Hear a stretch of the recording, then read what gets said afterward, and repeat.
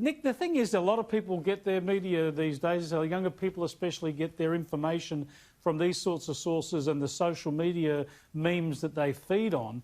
And there is just so much misinformation, so much unchallenged information. No wonder you're seeing these sort of superficial and divisive debates really take off in an ugly way. Yeah, I think social media's got a lot to do with this too. You know, there's no context, is there? You just go on and you see this grab and it's supposed to tell you everything. I have to take issue with Wally Daly on this one. He described that woman as eloquent.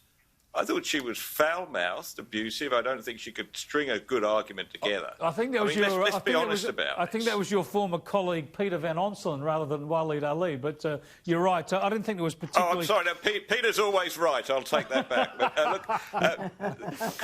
But Chris, but I agree absolutely. Jane made some very solid points there. That there's this sort of tendency to say, "Oh, let's bring this over here and turn this into our argument."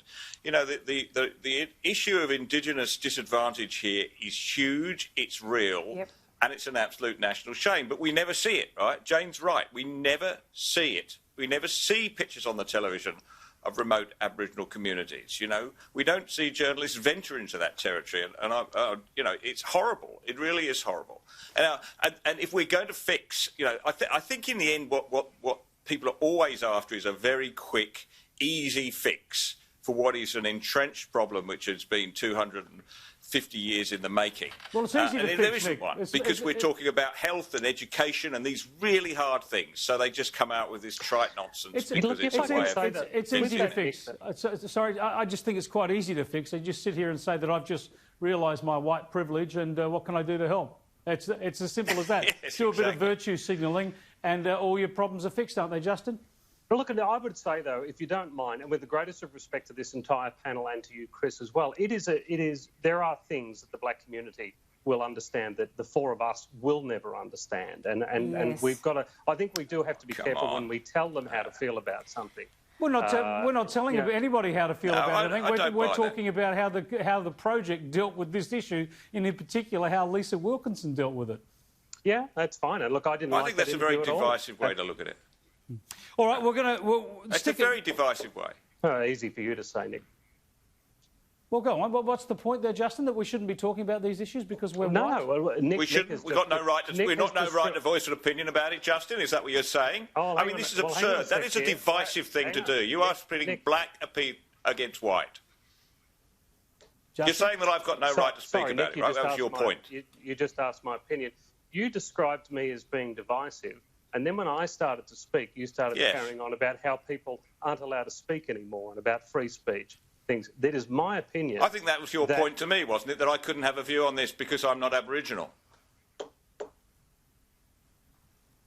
Well, we'll leave it there. I'll tell you what, don't go away. Don't go away. Do you want to come back to some of these issues? Every time I go to speak, Nick barrels on after me. That is clearly just his way of debating people. No, there might be a bit of a delay there for you, Justin. I want to hear from you. Nick's had his say. What's your response?